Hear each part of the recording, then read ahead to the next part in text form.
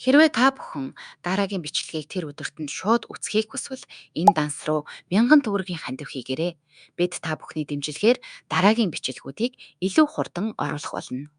Мянган үзэгчийн өмнө тэр эхний довтлогоогоо эхлүүлж 6 дугаар төвшний 0 Magic Inorganic Canon ашиглав. Хуурамч Кроно үүний хариуд харанхуй шид House Raven сөрөв. Хоёр давталгоо мөргөлдөхөд гарсан дөргөлтийн долгион дэндүү хүчтэй байсан тул дээрээс дамжуулж явсан нисдэг тэрэгний нисгэгч шугамаас гарахаас өөр аргагүй болов. Сурвалжлагч ойртож үгүй бол хамгийн сонирхолтой хэсгийг алдлаа гэж орилсон ч нисгэгч зүгээр л мөргөлдөөд өгөхийг хүсэхгүй байна гэд тоосонгүй. Эхний довтлогоонууд сарны мөнгууд хоёул зэрэг урагш ухсхийж нудраг өшөглөлтөөр тулан байж жинхэнэ тулааныг эхлүүлв. Дараа нь тэд гардан тулаанд хид хідэн удаа мөргөлдөж хүч тэнцвүүгээр солилцоор хэсэг завсарлан ахин шидтэй шилжив. Ингээд хуурамч Кроно 9 дугаар төвшний аянгийн шид Penetrating Tandер ашиглан Кусанаги руу дайрав. Кусанаги ямар ч гэмтэлгүй гарч ирсэн ч хуурамч Кроно арайч хэтрүүлж хувцсыг нь хүртэл бохирдууллаа гэж гомдлов. Нэг ч үг хэлэлгүйгээр хуурамч Кроно дараагийн довтлогоонд орж энэ удаа 7 дугаар төвшний газрын шид комет ашиглан түүнийг бүрмөсөн устгахыг оролдов. Кусанаги өөрийгөө хамгаалахын тулд шидийн дагнын тусламжтайгаар 9 дугаар төвшний Ньо шидийн бамбай босгон уг кометыг чулуун нуран болгон задалж орхив. Аврах чулуу алга болсны дараа Кусанаги өөрт нь ийм хүчтэй саад босгоход тусалсан шидийн дагнаа магтан Ньо шидийг ийм сайн ашигласанд нь шагнаж байгаа мэт маажиж эрхлүүлв. Энэ бүхнийг харсан үзэгчид ялангуяа үл мэдэгдэх дагна хүртэл Кусанагид тусалж байгааг үзээд хөөрч догтлон орилцгоолоо. Зарим панха фэнүүд бүр шиттэн язгууртнууд одоо огт сонин биш. Кроно Кусанаги хоёр огт өөр төвшний хүмүүс юм байна гэж ярьж эхлэв.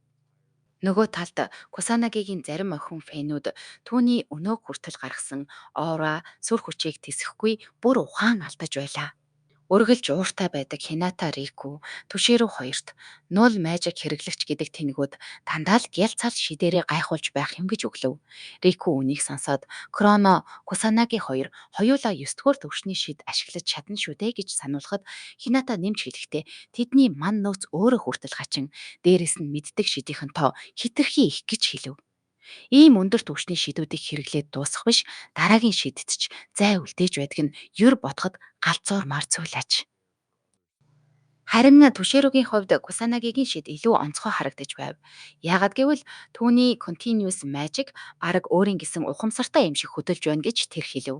Хината тим шидийг зөвхөн цөөн хідэн хүн л ашиглаж чаддаг. Тэр дээр нь automatic magic давхар хэрэглэнэ гэдэг бүр байж боломгүй зүйл гэж нэмв. Гэвч Кусанагигийн юр бусын биеийн хүчийг бодоход түшээрөө түүнийг шидийн хүчээр биеэ зөвхөн идэвхжүүлээ зогсохгүй довтолгоо хамгаалалтаа бүхэлд нь давхар сайжруулж байгаа байх магадлалтай гэж тайлбарлав. Ингээд Хината тэгэхээр Кусанаги бүхэлдээ шидийн хүчээр бүтсэн ханал гэсэн үг үү гэж асуухад түшээрөө магадгүй гэж хариулсан нь түүнийг бүрч уурлуулжээ. Яагаад Кусанаги Кроно хоёрын хүчний талаар ийм тодорхой бус ярьж байгаа юм бэ гэж асуухад түшээрөө тэдний шид угаасаа тийм хэвийн бус болохоор тэр гэж хариулв. Энгийнээр хэлбэл тэр Кроно Кусанаги хоёрыг жинхэнэ мангасууд бүх талаараа шидтэн язгууртнуудаас давчгсан хүмүүс гэж үзэж байлаа. Энэхүү тулаан дээд цэгтээ хүрэх үед Кусанаги агаарт хөвж байхдаа хуурамч Кроныг гинтийн байдлаар барьж аваад өшөглөн газар шидэв. Газар унсан даруйд хуурамч Кроно эргэн дээш үсрэн Кусанагитэй агаарт тулж очиход тусгай шидийн ангийнхан төдийгүй дэлхий даяар үзэж байсан хүмүүс бүгд цочрон амьсгаа авцгаав. Тулаан үргэлжлэх тусам Юйка, Рюжи, Рука гурав анхандаа л эднэрийг хүчтэй хүмүүс гэж бодож байсан ч одоо бүр тэднээс ч илүү нуусан зүйл байсныг хараад яагаад дэлхийд даяар ингэтлээ анхаарал татаж байгааг нь ойлгож эхлэв. Соната интернет дэх статистикийг шалгаад энэ тулааны нэр хүнд бүх стрим болон сошиал платформ дээр одоо ч өссөөр байгааг бусаддаа мэдэгдэв. Шидүүч мөн үзүүлэлтүүдийг шалгаж байсан бөгөөд энэ тулаан оргил зэгтээ хүрсэн болохоор одоо дэлхийд даяар бараг хүн бүр үзэж байна гэж хэллээ. Үүний зэрэгцээ Нью-Йорк, Өмнөд Солонгос болон дэлхийн бусад томоохон хотуудад хүмүүс гар утас руугаа ширтэн дэлхийн хамгийн хүчтэй хоёр шидтэн Кроно Кусанаги хоёрын тулааныг шууд үзэж буй хэсгүүд ээлж дараалан харагдав.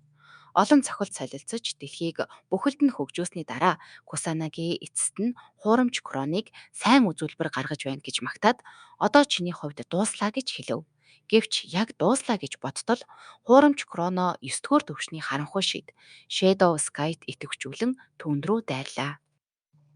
Үүнийг бүрмөсөн эцэлэхээр Кусанаги анх удаа 10 дугаар төвшний Null Magic GG Hex ашиглаж хуурамч Кроногийн шидийг тараагаад зогсохгүй түүнийг ойрхон байсан барилга руу шидэн няц цохив.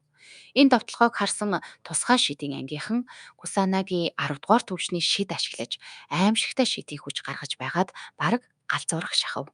Юка бүр Кусанаги үнэндээ яг хэр хүчтэй юм бэ гэж дотроо гайхан байлаа. Тэр даруй Кусанагийн хагас шаргацсан хуурамч Кроно руу угсгийн очиход нисдэг тэрэг доторх мэдээний багч түүний хөдөлгөөн бүрийг дахин авахыг оролдов. Сурвалжлагч энэ одоо эцсийн цохилтонд болно гэж сэжиглэж байлаа. Гэвч нисгэгч нь Кусанагийн хурдыг огт гүйцэхгүй байна гэж хэлэхэд зураглаач хүртэл дүрс тасарчлаа гэж мэдээлв. Яг хамгийн гоё хэсэг дээр холбоо таслахлаа гэж сурвалжлагч бухимдан зандарч хэлжээ. Харин Кусанагийн хуурамч Кроно байсан газарт хүрмэгцээ баг зэрэг саатаж сонор сэрэмжээж жаахан сулруулсан мэт байв. Тэр мөчөд хуурамч Кроно гараа сунган харанхуй шид идэвхжүүлэх гэсэн ч шидээ тавихаас өмнө Кусанагийн жүжгээ боль гэж хэлв. Үүний дараа хуурамч Кроно тэр дороо алга болжээ. Түүнийг алга болмогц Кусанаги бүх дэлхийн өмнө энэ жүжигийг бүтэн амжилттай хийж чадсандаа дотроо тайвширлаа. Такигами түүнд зориулж хийсэн мангасын эсрэг тоноглол одоо бараг хязгаарт тулчихсан 9 дугаар төвшний шидийг ердөө богино хугацаанд л тэсвэрлэж чадна гэж тэр бодов. Мөн өөрийн хэрэгэлсэн клон мажик ямар хэрэгтэй атлаа, ямар хэцүү шид болохыг ч эргцүүлв. Хуурамч Кроно болгож гаргасан хуулбар нь өөрөөс нь хавьгүй сул бүр ярихад ч дөнгөн танган хурч байжээ. Энэ бүхний дараахыг ажиглан зогссон Такигами бүх зүйл азар бүтлээ гэж дотроо талархав. Кусанагийн үндэ Кроно мөн гэдгийг мэдсэн мөчтөө тэр ихэд зочирдсон ийм хол явна гэж огт бодоогүй байлаа. Нэг хүн нэгэн зэрэг хоёр шид зэрэг идэвхжүүлж чаддаггүй учраас Кусанагийн богино хугацаатай дупликат шидээ дахин асаах маш бага завтай байсныг тэр тооцжээ. Continuous Magic-а тасралтгүй барьж байх шаардлагатай тул өөр шидэнд бараг зай гараагүй. Ийм учраас Такигами автоматик мажиктай мангасын эсрэг төхөөрөмж бэлдсэн. Өөрөөр хэлбэл эзэн нь ухаангүй байсан ч өөрөө шид гаргаж чаддаг хэрэгсэл хийсэн аж. Ингэснээр онлын хувьд олон төрлийн шидийг нэгэн зэрэг ашиглах боломж гарсан юм. Гэхдээ ийм зүйл хийхэд Кусанагид асар их шидийн хүч төгс хяналт зайлшгүй хэрэгтэй байсан. Үгүй бол тэр хуулбар нь хяналтаа алдаж үзэгчд рүү хүртэл дайрч болох байжээ.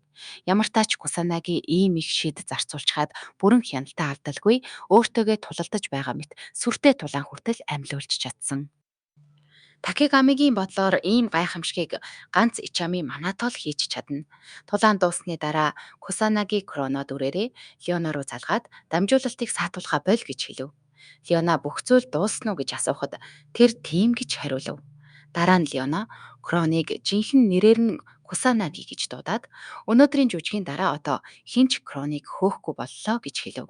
Кусанаги түүнийг үннээ мэддэг байсанд цочирдон хизээнээс мэдсэн юм бэ гэж асуухад Леона багагүй хугацаанд мэдэж байсан ч энэ тухай ярих шаардлага олдоогүй гэж тайлбарлав. Яагаад яг одоо хэлж байгаа юм бэ гэхэд Леона өнөөдөр Кроныг хамгийн сүүлд харж байгаа өдөр байх болов уу гэж мэдэрсэн гэж хэллээ. Үүнийг сонссон Кусанаги түүний зөв гэдгийг ойлгон чимээгүйхэн хүлээн зөвшөөрөв. Хэсэг нам гумийн дараа Леона Кронод өөрийг нь дэлхийг багийнхнаа аварсанд баярлалаа гэж талархаад тэр байсан нь үнэхээр азтай байжээ гэж хэлв. Хууль бус шидтэнгүүдийн гэмт хэрэг бараг хамгийн доод түвшиндээ хүрчихсэн. Энэ үед Кусанаги шидэ өврийнгээр хэсэг хугацаанд бүрэн намжин болно. Халуун сэдв намжтал үйл ажиллагаагаа зогсооно гэж тайлбарлав. Яриа дуусахаас өмнө Леона дараа нь ямар нэг ажил гарвал овоогийн хөнгөлөлттэйгээр хийж өгнө шүү гэж тоглоом шоглоомор хэлэхэд Кусанаги хэрэг гарвал найднаа гэж хариулв. Ингээд хоёул баяртай гэж хэлэн тус тусын жирийн амьдралдаа буцав. Уцаа салгасан даруйд тусгай шидийн ангийнхан гүйж ирлээ. Юка Кроно яасан бэ гэж асууж, Рука харин шархсан юм биш үз гэж санаа зовов. Кусанаги Кроно зугцсан. Гэхдээ баг зэрэг боолт хэрэгтэй байх. Ойрын хугацаанд дахиж гарч ирэхгүй байх гэж хэлв. Дараа нь шидөө хурч ирээд Кусанаги Кроно мөн гэж буруутгасандаа ичиж уучлал хүслээ. Үүнийг дагаад Соната Юка хоёр ч мөн түүнд эргэлзсэндээ уучлал хүсэж уучлаарай гэж говьтон хэлв. Кусанаги тэднийг хуурсан болохоор дотроо баг зэрэг буруутай мэдэрсэн ч өөрсдийгөө буруутгах хэрэггүй хүн бүрл алдаа гаргадаг гэж тайвшруулв. Тэр яг талбайгаас гарах гэж байтал Хината дахин чангаар орилж Кроно Кусанаги хоёр яагаад ингэтлээ хүчтэй юм бэ гэж гомдлоо. Өөрийгөө тэдний төвшөнд огтхон ч хүрэхгүй байгааг хүлээн зөвшөөрсөн тэр одооноос бүр илүү хүчтэй болохгүй бол хизээч тэднийг гүйцэхгүй гэж дүгнжээ. Хяната ингэж аашилж байх зуур Түширо Кусанагид одоо хүртэл тэнхээ үлдсэнд гайхан. Үнэн дээр түүнд яг хичнээн шидийн хүч байдаг юм бол гэж бодов.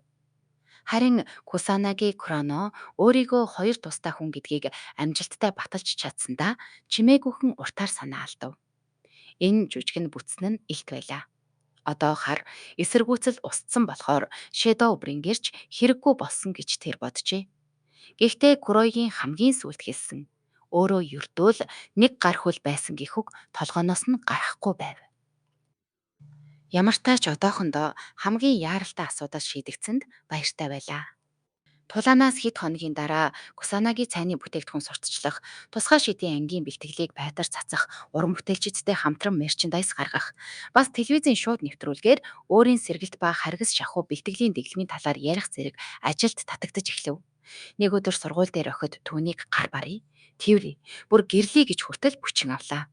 Үүнийг харсан Рүүжи, Рука, Юка гурав дэлхий даяар алдартай болсон дарга нь зүгээр байгаа болов уу гэж гайхаж байсан ч үнэн дээр Кусанаги энэ бүх анхааралд галзуурах төхөж охидыг туйлын ядаргаатай гэж бодож байв. Эцэст нь төвчж дийлэхгүй цонхоор үсрэн сургуулиас зугтаж өөрийг нь олон нийтийн өмнө гаргасан шидэв хараан зөхөж байлаа. Гэвч өөрийгөө сая л авраглаа гэж бодоход нь нэг сүрэг фин охид араас нь хөөж гарч ирв. Тэр өдөржин тэднээс зугтаж намайг тайван орхиоч гэж гуйсаар өнгөрөөжээ. Оройн гэртээ ирэхэд Рука Юка хоёр зүгээрүү гэж асуухад Кусанаги зүгээрээ гэж хариулаад нүүх ажил яаж байна гэж лавлав. Охид харин түүнийг фенүүдээс зугтаж явах хооронд бүх юмыг цэгцлээд цэвэрлчихсэн гэж хэлв. Тэдэнд баярлсан Кусанаги шин байрынхан талаар Юкагийн яриаг сонслоо. Энэ удаагийн байр нь 3 өрөө тул хүн бүр тусдаа өрөөтэй болно. Инхээр Кусанагигийн унтаж байгаа царайг л харахгүй боллоо гэж бодсон хоёр охин зэрэг улайж нүрээ буруулсанд Кусанаги юу болоод байгааг ойлгосонгүй. Яг тэр үед утсан дугарч Кусанаги тагтан дээр гараад Такигамигийн дуудлагыг авлаа. Такигами сүүлийн өмнө самууны дараа бүх зүйл зүгээр байгаа эсхийг асууж ярилцах завтаа юу гэж лавлав.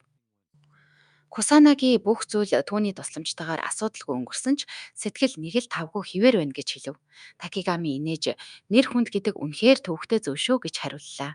Дараа нь Кусанаги чи миний жинхэнэ хэн болохыг мэддэг цорын ганц хүн төдийгүй надад маш сайн найз тул хүссэн үедээ над руу залгаж байгаарэ гэж хэлв. Энэ үгийг сонссон Такигами талархаад яриагаа өндөрлөв. Уцаа тавьсныхаа дараа тэр хоёр охинтой хамт ахуулсан 6 гартаа аваад өөрийнхөө нөхцөл байдалтай одоо яах ёстой юм бол гэж чимээгүйхэн бодож үлдлээ. Гэвч түүнээс цааш юу болсон талаар бараг ямар ч тайлбар гардаггүй. Хэд хоногийн дараа Токиогийн цагдаагийн бэлтгэлийн талбай дээр тусгай шидийн ангид шинээр элсхийх хүссэн олон 10 хүн цугларлаа. Тэдний зарим нь зүгээр л Мизуха эгчдүү нартай нэг ангид орохыг, зарим нь төгс ахлагч Кусанагийн удирдлага дор бэлтгэхийг мөрөөдөж ирсэн байв. Тэднийг хараад Юка ийм олон хүн ирнэ гэж огт бодоогүй гэж гайхахад Рука бол Кусанагийн нэрийн л хүч өөр юу ч биш гэж тайлбарлав. Рүжич мөн урам зориг байж магадгүй ч Кусанагийн там шиг бэлтгэлийг давахгүй бол тэдэнд дууслаа шүү дээ гэж бодож байлаа. Удалгүй Кусанаги өөрийн сүрлэг оролтоор талбай дээр гарч ирэхэд шинэ эсэгчид түүнийг хараад л догтлон хайлж зөвхөн байгаагаараа л биширч эхлэв. Гэтэл Кусанаги тэдний хит магтаалаас залхан сүртэй шидийн даралт гарган бүгдийн биеийг хөшөөж орхив. Тэд айсандаа хөшөж зогсоход Кусанаги чимээгүй болсон хойно нь тэсэж үлдсэнд нь магтаад эхний өдөр болохоор баг зэрэг зөөлөн эхлэх санаатай байсан ч одоо харвал тийм хэрэг алга бололтой гэж хэлв. Тусгай шидийн ангийн хуучин гишүүд дарга нь дотроо ууртай байгааг мэдэж байсан ч шинэ нэлсэгчид огт ойлгосонгүй. Тиймээс Кусанаги тэднийг өөрийн энгийн гэж боддог эд шидийн биеийн бас сэтгэлийн хатуу бэлтгэлтэй шидэхэд тэд удалгүй туйлдаж гомдлолж эхлэв. Зарим нь бүр эн чинь бараг дарамт шахалт шүү дээ гэж хүртэл хэллээ. Гэвч бүр дууслаа гэж бодсон мөчид Юика болон бусад хуучин гишүүд Кусанагийн саад руу шидээ цааш нь үргэлжлүүлэн харавсаар байв. Үүнийг харсан шинэ нэлсэгчид нүд нь орой дээрээ гарах шахан болж эн чинь жирийн бэлтгэлээс хамаагүй давсан зүйл байна гэж ойлгов. Эцэст нь Кусанаги тэр өдрийн бэлтгэлийг дуусгаад дараа нь бүх хүний шидийн хүчийг хэмжинэ гэж мэдэгдэв. Тэр 5 минут амсхий гэж хэлээд шалгалтын өрөө рүү явлаа. Түүнийг юу ч болоогүй юм шиг алхаж одохыг харсан шинэ нисэгчид Кусанагыг жинхэнэ мангас байна гэж дүгнэв. Энэ хооронд Рюжи, Мизуха эгч дүү нар өөрсдийнхөө өмнөх алдаануудыг эргцүүлж дараагийн бэлтгэл дээр илүү сайжрах төлөвлөгөө боловсруулж байлаа. Үүнийг хараад шинээр эргэсэд тэднийг ч бас мангасууд юм байна гэж бодов. Нэг нь бүр нулимсаа асгаруулan өхөөрдөн Мизуха эгч дүү нар гэсэн өөрийнх нь төсөөлөл нураад унчихлаа гэж гашуудав. Бодолгүй тусгай шидийн ангийн гишүүдийн шидийн хүчийг хэмжихэд Юка 120 мянга, Рука 118 мянга, Рюжи 105 мянга, Соната яг 100 мянга, Шито 112 мянга гэсэн үзүүлэлт гарчээ. Энэ тоонуудыг хараад шин нийлсэгчид балмагдан тусгай шидийн ангийнхан шидтэн язгууртнуудтай энэ зэрэгцэх хүчтэй юм биш үз гэж шивнэлдэв. Кусанаги тэгхэд Юка анх ердөө 2000 мантаа байсан. Гэхдээ тууштай хөдөлмөрлөж хизээч бууж өгөөгүй учраас өнөөдрийн түвшинд хүрсэн гэж тайлбарлав. Үүнд нь зориг орсон нэг шинэ элсэгч бид нар ч гэсэн ийм хүчтэй болж чадах уу гэж асуухад Кусанаги үнэхээр нухацтай байж чадвал болно гэж шулуухан хэлв. Ингэснээр тэдний зориг сэргэж улам хүчтэй болохоор шийдлээ чангалав. Энэ ярианы дараа Кусанаги бусдын маныг дотроо тооцоолж үзээд одоогийн төвшнөөрөө тэд ганцаараа нэг чиф димнийг эсвэл хамтдаа орвол димийн генералыг ч дийлэх чадвартай болчихжээ гэж дүгнэв. Гэвч Demon King, Demon God хоёр хараахан үлдсэн хിവэр байгаа болохоор энэ төвшин одоогоор хангалтгүй гэдгийг тэр сайн мэдэж байлаа. Ийм бодолд автсан байтал шидүү түүн рүү хурч ирэн ярилцах зүйл байна гэв. Царайнаас нь харвал сайхан мэдээ лав биш гэдгийг Кусанаги шууд мэдэрчээ. Хэдэн цагийн дараа Кусанаги костюм өмсчихсэн шидтэн язгууртнууд болон тусгай шидийн ангийн хамтарсан нэгэн арга хэмжээнд сууж байв. Энэ үдшилэг ямар их данттай юм бэ гэж дотроо өглөж байхад мөн костюм өмссөн шидүү хурж ирээд эрсэнд нь баярлаа гэж хэлв. Кусанаги хамтын ажиллагаа чухал гэдгийг хүлээн зөвшөөрч байсан ч заавал ийм сүртэй үдшилэг хийх хэрэг байсан юм уу гэж асуулаа. Шидүү уучлал хүсээд энэ арга хэмжээг шиттэн язгууртнууд өөрсдийн нэр хүнд сэргэж байгааг тэмдэглэхэд ашиглах гэж байгаа байх гэж тайлбарлав. Хар эсэргүүцлийн хэрэг цагдаагийн нэр хүндийг өсгсөн болохоор одоо тэд эргэн гарч ирлээ гэсэн мессеж өгөхийг хүсэж байгаа бололтой аж. Үдшилгээс зайлах аргагүйг ойлгосон Кусанаги ингээд л өөрийгөө хөгжилтэй байгаа дүр эсгэн зогсохоос өөр зүйлгүй болов. Хэсэг чимээгүй байсны дараа Кусанаг Шидогийн костюм гоё харагдаж байна гэж магтав. Ойрхон байсан Рүүжи харин өөрийгөө албан хувцсанд нэг их сайхан харагдахгүй байх гэж бодож байгаагаа хэлэхэд Кусанаги түүнийг ингэж өөрийгөө доромжлуулахгүй гэж шийдсэн мэт өндөр. Биеийн харьцаа бүгдэнд давуу тал шүү гэж бөө магтаал өрөв. Яг тэр үед Шидо охид ирлээ гэж хэлв. Эхлээд Юка үзэсгэлэнтэй флэр загварын даашинцтай гарч ирэн хүлээлгэсэндээ уучлал хүсв. Дараа нь урт нарийнхан хар хөх даашинцтай Рука мөн удсандаа уучлал хүслээ. Харин Соната цайвар ногоон флэр даашинцтай гарч ирээд тэднийг тэмдэглэх гэж ийм олон хүн цугларсанд гайхаж байгаагаа илэрхийлв. Юка Кусанаги руу хараад ийм хувцастайгаа харагдах нь хачин санагдаж байна уу гэж асуухад Кусанаги яг л хэлэх ёстой үгээ мэддэг хүн шиг чи ердийнхөөсөө ч хөөрхөн харагдаж байна гэж хариулв. Дараа нь тэр гуруулаа руу ээлж дараалан хит нарийн хит чамин магтаалын үгсээ урсгаж эхлэхэд тэд бүгд хацар нь улайж ичсэндээ яхаа мэдэхгүй болов. Үүнийг хажуугаас ажигласан Рюжи Кусанагийн магтаал дээр бол үнэхээр огт барьдаггүй юм байна гэж дүгнжээ. Удалгүй Хината ердийнхөөрөө ууртай төрхтэй боловч үзэгсэлэнтэй улаан даашин зөмсөд ард нь язгууртнуудын овгийн тэргүүнүүд болох Түширүү Рику хоёрыг дагуулan ирэв.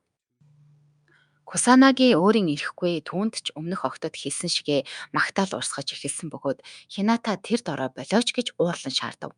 Цухалдсан тэр Рикутай хамт шууд холдлоо.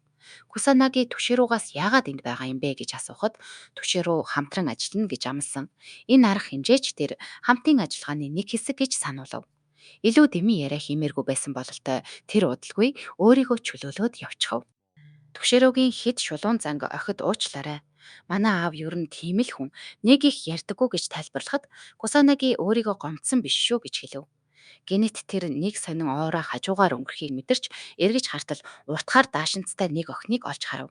Гэхдээ түүнтэй ярьж амжаагүй байтал хөтлөгч тайзан дээр гарч ирсэн бүх хүнд талархаад өнөөдрийн гол зочид болох тусгай шидийн анги шидтэн язгууртнууд хамгийн сүүлд шидтэн язгууртнуудын үүсгэн байгуулагч шидийн холбооны захирал Мөмиу Хифүми болон түүний эрхэм охин Хлоийн Мөмиу нарыг танилцууллаа.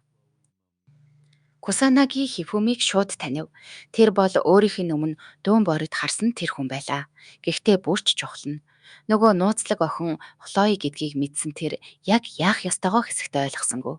Ямар тач дуугүй ажиглахаар шийдэж Мөмиу Хифүми тайзан дээр гарч үтчлэгт цугларсан бүхэнд хандан үг хэлхийг чимээгүй харлаа. Тайзан дээр гарсан Хифүми өөрийгөө албан ёсоор танилцуулж эхлээд улс орны одоогийн мангасын хямралыг хүлээн зөвшөөрч байгаагаа илэрхийлв. Дараа нь шидтэн язгууртнууд болон тусгай шидийн ангийн эвсэл энэ аюулыг даван туулах хамгийн зөв шийдэл гэж онцоллоо. Ард түмний язгууртнуудад итгэх итгэлийг дахин сэргээхийн тулд тэр дэлхийн инх тайвныг хамгаалж бүх шидтэнгийн хөгжил цэцэглэлтийг дэмжинэ гэж амласан юм. Үүний дараа үгээ дуусгахад танхим бүхэлдээ нийчгэнтэл алга ташив. Хифүмигийн яриаг сонссон Кусанаги энэ хүн бодол санаагаа маш тодорхой сайхан зэгцтэй илэрхийллээ гэж дотроо магтав.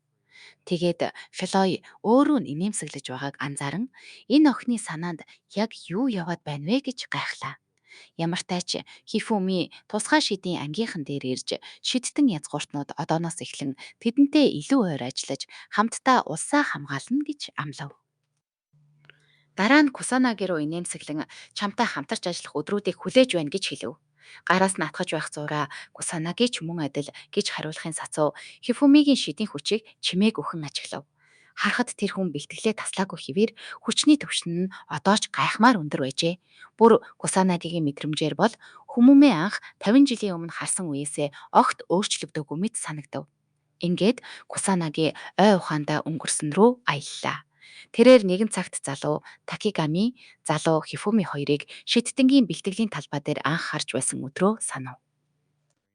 Тухайн үед шидийн холбоо шин дадлагчдыг хүлээн авч байсан бөгөөд агуу мэрэгэн Ичами Манато өөрөө тэднийг сургах үргийг хүлээж байлаа. Эхний бэлтгэл дээр Ичами бүгдээрээ нэгэн зэрэг над руу дайр гэж зоригтой хэлжээ. Гэтэл нэг дадлагчигч болох залуу Мөмиу Хифуми тэр дорой бардам дуугаар биднийг бүү басамжил. Чиний ихэмсэг нүрийг чинь газар шороотой хутгана гэж хашгирсан юм. Үүнийг сонссон залуу Такигами Шизуку амьд домогт ингэж ярьдаг чинь бүдүүлэг шүү гэж Хифумиг загнав. Гэвч Хифуми Ичами хэн байх нь хамаагүй. Ямар ч байсан дарж авна гэж зүтгэсээр байв. Тэгээд Такигами усан шид Хифуми харанхуй шид ашиглан хамтарч дайрсан ч Ичами зүгээр л нэгдүгээр төвшний жирийн шидээр тэдний довтгойг хаачихсан нь Хифумиг бүрч их уурлуулжээ. Түүний уурсалтыг үл тоосон Ичами дараа нь газрын шидээрээ модон жад ургуулan бүх дадлагжигчдыг нэг нэгээр нь унгав.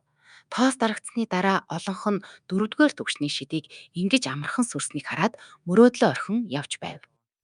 Ичами ч өмнөх шигээ олон хүн шантарч буцсандаа гэж бодож байтал Хифуми босоод энэ тулаан дуусаагүй. Одоо л эхэлж байна гэж мэдэгдэв. Такигами ч мөн адил бууж өгөлгүй түүний хажууд зогсов.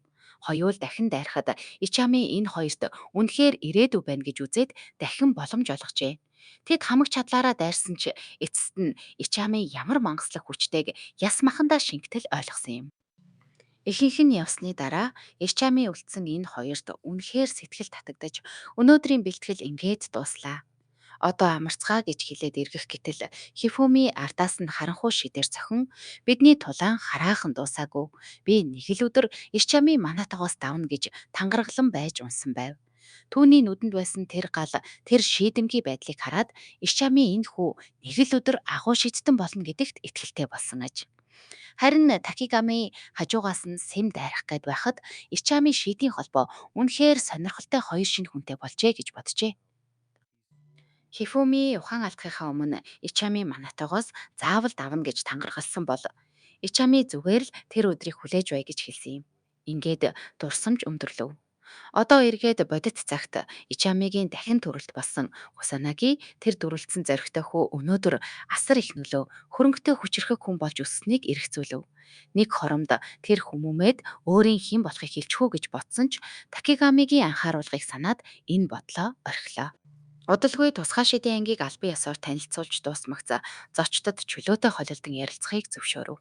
Кусанаги сайн нэг амарлаа гэж бодтол холын өөр дээр нь ирж өөрийгөө танилцуулаад тантай уулзахыг утсан гэж хэлв.